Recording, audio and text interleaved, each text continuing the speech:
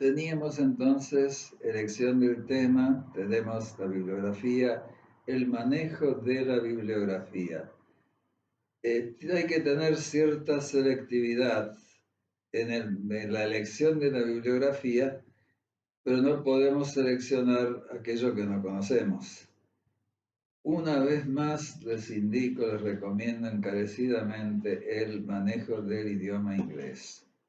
Es extremadamente importante. Hay montones de publicaciones en inglés y gran parte de lo que se produce en materia de ciencia proviene justamente del inglés.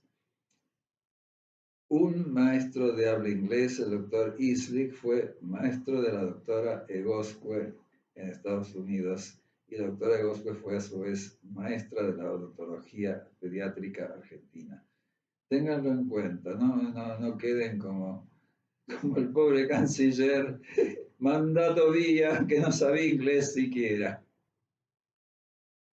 Bueno, tenemos entonces el manejo de la bibliografía. Acumular bibliografía sin seleccionarla no tiene sentido. La erudición es algo valioso, pero hay que saberlo manejar. Ambrose Bierce, un humorista estadounidense, veterano de la Guerra Civil, definió en su Diccionario del Diablo la erudición como polvillo de un libro que cae en un cráneo vacío.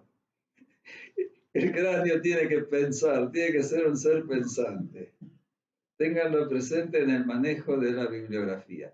La bibliografía, si no quieren tener varios kilos de papel, tienen que sintetizarla. Hay dos métodos muy simples. Uno de ellos consiste en los subrayados o en el resaltado, pero el resaltador no les tiene que oscurecer demasiado el texto. O sea que elijan un resaltador amarillo o anaranjado. No le elijan verde oscuro o azul porque se van a volver locos para recuperar ese texto. Y el otro es las fichas. Yo aprendí, mi primer contacto con las revistas odontológicas fue justamente en la cátedra del doctor Erauskin. Me mandaron primero a clasificar preparados, después a hacer fichas. Ahí entré en contacto con el American Journal of Orthodontics, el Journal of Dental Research, el Journal of Periodontology, etcétera, etcétera. Journal of Prosthetic Dentistry, Journal of Dental Education, más tarde. Son grandes fuentes bibliográficas y pueden a ustedes, por un lado, darles pistas.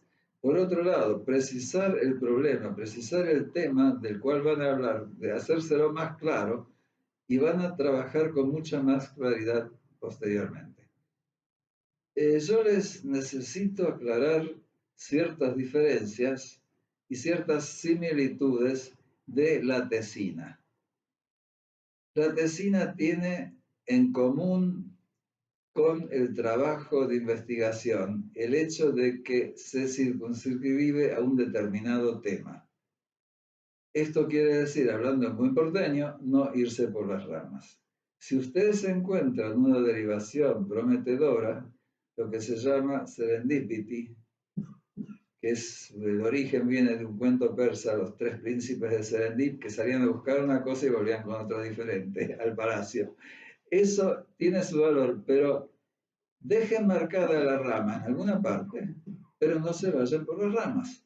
O sea, continúen con el núcleo principal, salvo que la rama sea tan importante que les induzca a cambiar de tema. Pero eso les conviene que les ocurra. Si les ocurre, cosa que no es ningún delito, eso tiene que ocurrirles en las etapas iniciales. Si les ocurre al final, puede complicarles bastante la vida. Tenemos entonces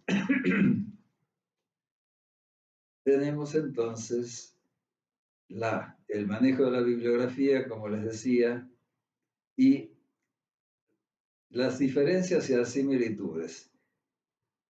Tiene que ser una tesina es un trabajo especializado sobre un tema especializado y dirigido hacia un público especializado, o mejor dicho, un evaluador o evaluadora especializados, en este caso odontopediatría. Eso por un lado, les circunscribe el tema, por otro lado, les permite concentrarse en ese mismo tema. Tiene su valor esto que yo les estoy diciendo. Bueno, ahora bien, ¿en qué se parece entonces a una tesis de doctorado? En que está sujeto a evaluación. Un artículo de revista también está sujeto a evaluación, pero ustedes tienen una directora de tesina, así como el que hace una tesis de doctorado tiene un director de tesis. Pero la evaluación es, digamos, mucho más, si se quiere, amistosa, porque el director, el doctorando, el candidato a tener un título de doctor con la tesis, tiene que defender su tesis ante un tribunal y ustedes tienen su directora de tesis más el personal que se asigne para la evaluación. O sea que no tienen que tener tanto miedo, están en una etapa formativa, o sea que cuentan con apoyo para llegar al final de su trabajo. Luego sí tienen que dar cuenta de qué es lo que hicieron con él, ¿no? Eso está claro. Bueno, ¿en qué se puede diferenciar? El lenguaje. El lenguaje tiene que ser un lenguaje adecuado a la especialidad. Tiene que ser también un lenguaje dirigido a los colegas o los futuros estudiantes del curso de odontopediatría. O sea, tiene que mantener un cierto nivel científico que no se requiere tanto si ustedes un día les pide a lo mejor un club de madres o alguien de un consejo escolar o la directora de una escuela donde sus chicos vayan o donde ustedes hayan hecho un trabajo, por ejemplo, de revisión de los chicos, un catastro sanitario, cosas por el estilo, les pueden pedir que escriban un trabajito dedicado a los padres. Ahí tienen que usar un lenguaje mucho más simple y mucho más accesible, ¿entienden? Por ejemplo, la utilización de un término como delimitación del contorno cavitario, cosas por el estilo, se hace más complicado. Tienen que tener en cuenta también los localismos. Yo en algún video anterior les había avisado el problema de los chilenismos del pupinel. Ahora les cuento algo directamente relacionado con odontología. Atendí una niña boliviana que se me puso a llorar como una descosida y decía, me va a raspar, me va a raspar. Digo, ¿qué le voy a raspar? El raspaje subgingival en una niña me parece que no pega ni con cola. No, resulta que raspar era remover dentina cariada con el torno, o con la turbina, con la cucharita, con lo que fuera. Eso lo llamaba raspar. Hay que ver términos términos iguales tienen significado muy distinto en diferentes contextos. Por ejemplo, la palabra raíz, eso lo leí en alguna parte hace muchos años, tienen diferente significado. Para un matemático, para un botánico, para un odontólogo y para un genealogista sobre las raíces de determinada familia, ¿me entienden? En cambio, las raíces de un molar o las raíces de un rosal o el contexto es completamente diferente. También tienen que tener en cuenta a qué público se van a dirigir. ¿Comprenden? Hace muchos años hice un curso sobre medios de comunicación audiovisual y orientación periodística.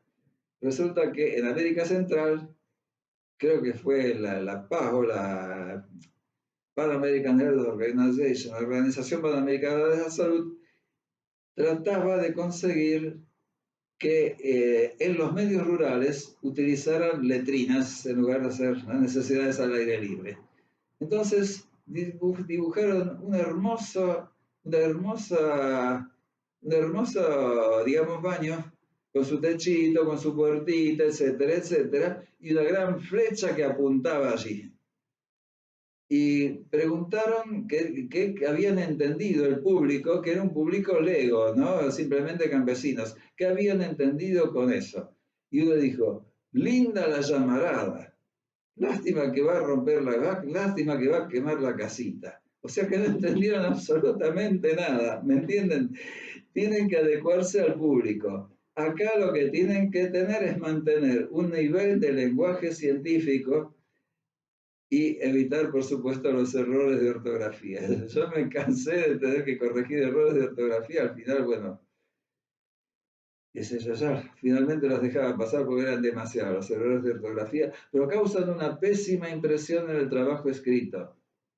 Uno puede pensar, si esta persona escribe tan mal, ¿cómo habrán hecho sus verificaciones? ¿Qué mal habrá hecho las verificaciones que ahora me somete a mi consideración?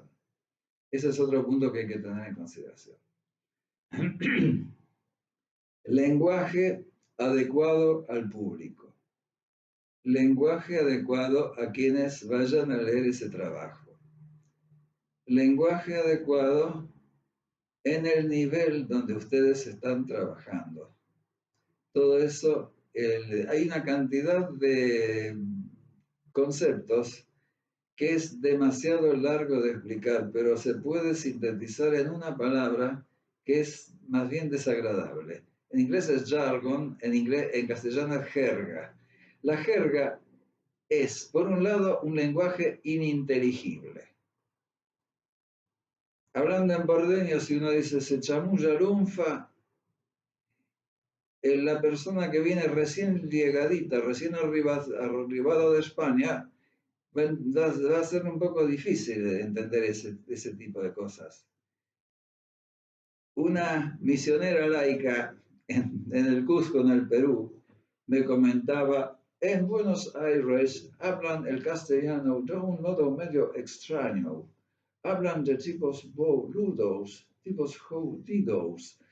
Evidentemente, ese tipo de lenguaje, ustedes acuérdense lo que nos decía el doctor Moyano en la cátedra de periodoncia del doctor Carranza. Se lo digo un poco risueñamente a ver si se les queda más grabado. Señores, señores y señores, somos dentistas, no somos tachueleros. O sea que tienen que mantener un lenguaje con el nivel apropiado a un trabajo científico. No como aquel compañero mío que le preguntaron, yo se lo conté en el video pasado, hace cierto tiempo ya, ¿qué es necrosis? Dígame, señor, ¿qué es necrosis? Es cuando un tejido está podrido. No, por favor, no. Usen el lenguaje adecuadamente. La jerga, el jargon, yo los remito a un trabajo del doctor Robert Day, que le debo mucho, realmente le debo mucho de ahí. Tiene toda una serie de páginas sobre la jerga, palabras que es inútil emplear. Son frases enteras que se pueden sintetizar con una palabra o dos. Había como veintitantas frases, veintitantos renglones para definir unos cuantos conceptos que luego con 7 renglones y muy pocas palabras los sintetizaban. Vayan a lo concreto, argentinos a las cosas, decía Ortega y Gasset. Usen el mínimo de palabras para decir la mayor cantidad de contenidos. No divaguen, ¿entienden? Es en sentido muy estricto, muy estricto, la literatura odontológica no es exactamente literatura, no es cuestión de imaginación, sino es cuestión de mucho rigor y mucho atenerse a los hechos. Se les va a agradecer la brevedad y al mismo tiempo la consistencia de lo que digan. Hay un punto más en este sentido, y es para dejarlos pensando también, con respecto a la jerga y al uso de los términos. Los términos se tienen que usar apropiadamente, los tiempos de verbo se tienen que usar apropiadamente, los números, hay un detalle interesante, cuando ponen un número con números y cuando lo ponen con letras. Del 1 al 10, con letras, del 11 en adelante con números. Esa es una regla que conviene seguir también. Muchas veces se van a encontrar con números y del 1 al 10 es preferible utilizar las letras. Otro puntito en este sentido. El lenguaje tiene que ser adecuado al público, tiene que ser un lenguaje científico, tienen que usar apropiadamente los términos. Las abreviaturas, el uso de una abreviatura es útil. El uso de 20 abreviaturas lo vuelve loco al lector. Por lo tanto, la primera vez que usen una abreviatura ponen el nombre completo y luego ponen la abreviatura, el significado. Pero abreviaturas raras, poco comunes, pueden causar confusión también. El texto tiene que ser tan claro como sea posible. Hay dos palabras claves en la redacción de un texto científico: claridad y sencillez. No usar palabras rebuscadas, simplemente ir a lo bien concreto, no pensar que están hablando, que están dirigiendo un texto de divulgación a un grupo de mamás que a lo mejor no saben demasiado del tema. Hay que ir a lo sencillo que lo puedan entender.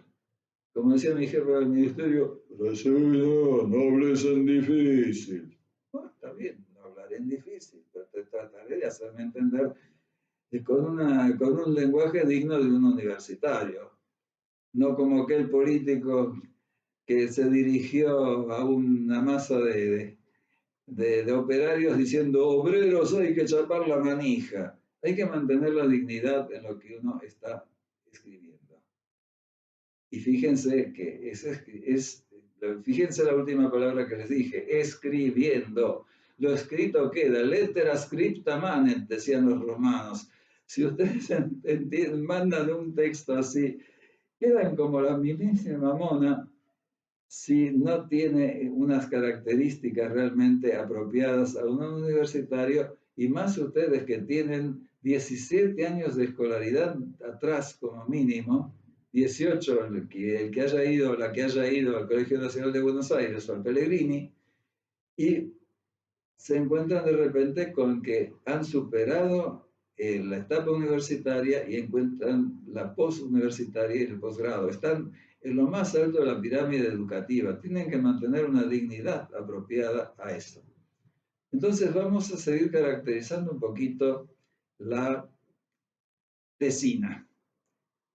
Tiene ciertas similitudes con la tesis de doctorado, pero la tesis de doctorado tiene un aspecto fundamental que consiste en la presentación de investigación propia.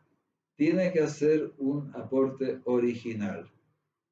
En la tesina el aporte original está en el manejo de la bibliografía, en la organización, en el tratamiento del tema y, por lo menos esta es opinión mía, en los aportes personales que ustedes puedan hacer, la experiencia propia que ustedes pueden poner a colación en ese caso. Esto a mí me costó algún disgusto, una persona no lo tomó bien cuando le dije: bueno, tenés que hacer algún aporte personal. Hay montones de cosas, una vieja sentencia: somos enanos en hombros de gigantes. Antes de nosotros han estudiado montones de gente, montones de estudiosos han dejado preparado el camino. Nosotros por ahí tenemos que agregar alguna piedrita, alguna baldosita, algún granito más para avanzar más allá. Eso será el aporte original. Hay una diferencia importante entre una tesis de posgrado, una tesis de doctorado, mejor dicho, y una tesina. Pero ustedes, tal vez sea el primer trabajo que ustedes tengan, que ustedes presenten, y eso puede representar una experiencia. Decía Umberto Eco una sentencia muy sabia: no es tan importante, tal vez esto ya se los haya dicho otra vez, es más importante la experiencia obtenida que el trabajo propiamente hecho. La experiencia, lo que ustedes hayan aprendido sobre la marcha de su trabajo. Eso es un tesoro que nadie les puede quitar. Bueno, tenemos todavía esa tesina en preparación. ¿Cuándo empezar a hacer la tesina? Lo antes posible. No demoren. No hagan la política equivocada de no hagas hoy lo que puedes dejar para mañana. Eso se llama en inglés procrastination, que no viene del inglés sino del latín procrastinatio, que es postergación y una postergación inútil. Después se les viene el trabajo encima. A mí me pasó en una única oportunidad, en otra facultad diferente de odontología, que en una noche tuve que redactar una monografía, se la dicté a una compañera y la presentamos al día siguiente. Pero, digamos, fue un momento de inspiración absolutamente inusitado. El trabajo valioso, el trabajo consistente, el trabajo que realmente tiene un mérito, es fruto de insistir, insistir, insistir, corregir, revisar, estar abierto a las críticas, someter al trabajo a la opinión de algún colega, por supuesto un colega bien intencionado, un buen amigo, no una persona destructiva. Eso hay que saberlo seleccionar, no todo el mundo es así. Eso, ese es un punto también, el trabajo intelectual. La persona que se encierra mucho y no acepta ninguna, no admite ninguna intervención, ninguna colaboración, ninguna sugerencia, es una persona que se está encerrando a sí misma, se está limitando a sí misma. Para hacerlo más gráfico, les cuento el caso. Yo no voy a nombrar, no voy a hacer nombres en absoluto, pero una colega ortodoncista que tenía un método propio de corregir anomalías de posición, resulta que dentro de los trabajos que presentaba prácticamente no se citaba más que a sí misma.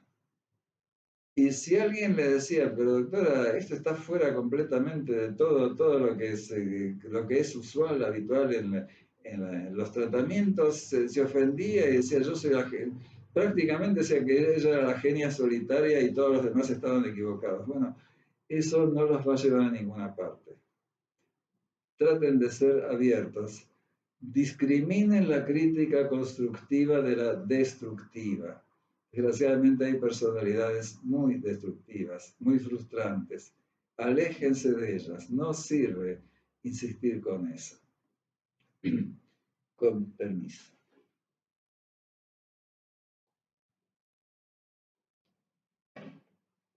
Bueno, tenemos una tesina que va marchando por el buen camino. Está escrita en forma concisa pero consistente. Lo bueno, si breve, dos veces bueno. Landru decía lo breve, si breve, dos veces breve. Muy bien.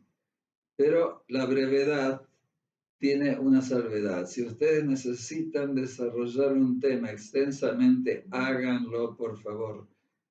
No sean absolutamente demasiado concisos, demasiado breves, ¿me entienden? Como el diálogo entre un médico y una paciente. Le preguntó, ¿quemadura? Golpe, cataplasma. No, es demasiado cortado, demasiado breve. Pero no se extiendan en largos discursos como aquel diálogo entre representantes de Esparta y de Atenas, donde los atenienses, que eran filósofos, poetas, escritores, etcétera, etcétera, les endilgaron un larguísimo discurso a los espartanos. Y los espartanos les contestaron diciendo, hemos olvidado el principio. y no hemos comprendido el final precisamente porque hemos olvidado el principio. O sea, vayan directamente a las cosas. Alguien definía las novelas rusas como 800 páginas en las cuales no pasa nada. Eso es un terrible error, hay que leer a Tolstoy para comprender lo erróneo de eso.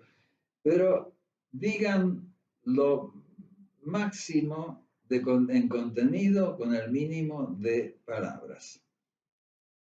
Bueno, tenemos entonces el trabajo va marchando, el lenguaje es el apropiado, la extensión es apropiada. Les remito el texto de Day, sería demasiado largo de explicar la cantidad de palabras que ustedes pueden omitir acertando una definición mucho más breve y más precisa. Por ejemplo, a la luz de los acontecimientos observados, se notó. Esto, punto, no hace falta más alargar, etcétera. Por ejemplo, comercializar es un término que inútilmente está alargado y hay muchos de esa clase. Los remito al texto de Day que van a encontrarlo en la biblioteca de nuestra querida asociación. Bueno, tenemos entonces el tema elegido, la bibliografía debidamente utilizada, no acumulada en forma indiscriminada, sino anotada, seleccionada, resaltada, subrayada y utilizada oportunamente y en forma honesta. No se olviden de ese punto, absolutamente indispensable. Las comillas donde corresponda, la paráfrasis donde corresponda. No distorsionar el pensamiento del autor, no hacerle decir una cosa diferente de la que realmente decía. No sacarlo de contexto, ¿entienden? ¿Recuerdan aquella frase que yo les dije de un político socialista de hace muchos años? Decía, un gobierno tambalea cuando, y le pusieron en el diario, el doctor Palacios declaró que el gobierno tambalea. Se pueden hacer muchos malos usos de las sentencias aisladas y eso es lo que se llama sacar fuera de contexto. Hay que ser honesto también, no solo con las citas, sino con cómo se manejan esas citas.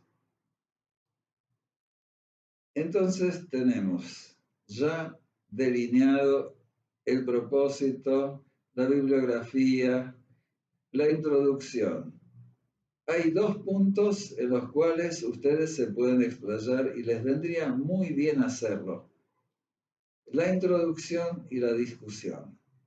La introducción implica para ustedes plantear muy claramente el problema que van a tratar a la luz de su propia experiencia en lo posible y de la bibliografía debidamente estudiada, masticada y digerida.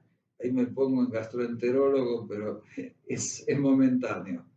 Después de eso, tienen que poner materiales y métodos. Hay digamos, el formato que se llama IMRIT, que significa introducción, métodos, resultados y discusión. Eso es propio del trabajo de investigación que es estrictamente estructurado. La tesina no necesita ser especialmente estructurada. La tesina tiene en común con la monografía el hecho de que se concentra en un tema determinado, pero tiene, a diferencia de un trabajo de investigación que también se concentra mucho en un trabajo determinado, en que no exige la investigación personal. Puede ser muy bienvenida, hecha con mucha responsabilidad y evitando, ojo con esto, por favor, evitando una generalización que lleve a las conclusiones más allá de lo que tienen que ser. Después, los resultados, ustedes los tienen, los resultados tienen que poner lo que encuentren, pero no ir más allá, no falsificar resultados. Eso también iría en contra de la ética intelectual. La discusión es un punto donde ustedes se pueden explayar. Pueden comparar lo que han encontrado con otros autores. Pueden tener sus conclusiones y pueden ser contradecir lo que han encontrado otros autores o pueden coincidir con ellos. De la discusión pueden barajar hipótesis para otro trabajo. Y finalmente, las conclusiones no deben ir más allá de lo que ustedes hayan llegado a hacer. No es una novela de ciencia ficción, no es un trabajo de imaginación, no es un ensayo, no es una fantasía. Tienen que ceñirse muy, muy estrictamente a los hechos. También los romanos tenían un dicho muy elocuente, muy conocido, que es res non verba, hechos y no palabras. Un estudiante macarrónico lo tradujo, res non verba, ¿qué quiere decir? Las vacas no hablan. No, un momentito, por favor, no es así. Su tesina quedó terminada. Ustedes tienen más o menos delineada un poquitito, aunque sea, el carácter de su trabajo, cuánto les ayuda una introducción bien desarrollada y cuántas posibilidades les brinda la discusión, ¿no es cierto? Ahora bien, hay un principio y hay un final. Yo lo llamaba empíricamente, sin conocer el término, antes de conocer textos más específicos, lo llamaba esquema de trabajo. Es el guión. Se puede sintetizar también diciendo, ¿dónde estás? ¿Dónde vas? ¿Y cómo vas a llegar? ¿Dónde estás? Introducción. Se explica en qué situación se encuentra el tema y cómo está el mismo autor o la autora frente al problema. El guión indica los sucesivos pasos que va a llevar a cabo. Finalmente, está lo que se llama résumé en francés, abstract en inglés, que no es lo mismo que summary, a pesar de que a veces se usa erróneamente de la misma manera, y está también el resumen. El resumen tiene que contener todos los elementos esenciales del trabajo. No tiene que contener estadísticas, no tiene que contener abreviaturas, no tiene que tener más información de lo que dice el trabajo, no tiene que ir más allá de lo que estrictamente se encontró en el trabajo. O sea, hasta el viejo chiste, el resumen no tiene que ser más largo que el trabajo, obvio, ¿no? El resumen figura al final, el guión figura al principio. El resumen es un poco difícil hacerlo al principio por la sencilla razón de que todavía no se encontró qué resumir. Pero si ustedes tienen una idea clara de dónde van, van a tener un guión más preciso que les va a ayudar mucho en la fluidez del trabajo que ustedes lleven a cabo. Yo prefiero más bien no extenderme para no volver esto demasiado pesado, demasiado aburrido, pero quedo a la disposición de ustedes por vía de mi mail fredsk@gmail.com para evacuar cualquier consulta que ustedes quieran. Estaría muy contento si ya hubieran trabajado en este par de meses que no nos hemos visto ni siquiera virtualmente. Quisiera ver qué han hecho ustedes, solamente una de ustedes tengo alguna noticia que ha trabajado. Les ruego que, a pesar de las circunstancias en que vive el país, que son difíciles, que a veces pueden causar desánimo, pero manténganse firmes en su intención de alcanzar su título de posgrado y el medio tan útil intelectualmente para su propio desarrollo personal que es la tesina. Muchas gracias.